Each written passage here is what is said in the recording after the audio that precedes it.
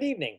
My name is Rives Taylor. I'm on the board and building committee of the Houston Heritage Society, located in Sam Houston Park with some amazing buildings that we are stewards of. I'd like to chat for a few minutes about this particular facility. It's the Stata House, a house from around the turn of the 19th to 20th century. I'm talking to you today in 2020 when we're facing some interesting challenges with illness, viruses, pandemic.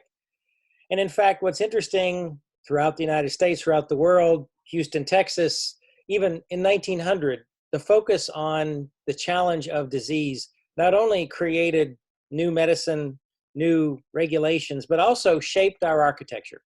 The Stata House is a great example of the turn of the century house where tuberculosis drove a lot of decisions around both the development of the suburbs and the creation of a house like the Stata House.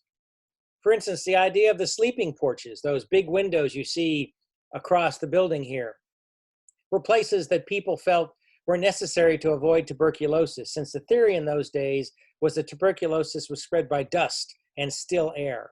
And so the notion of winter, summer, fall, sleeping on a sleeping porch with cross ventilation, 100% air exchange with all those windows open wide was very important.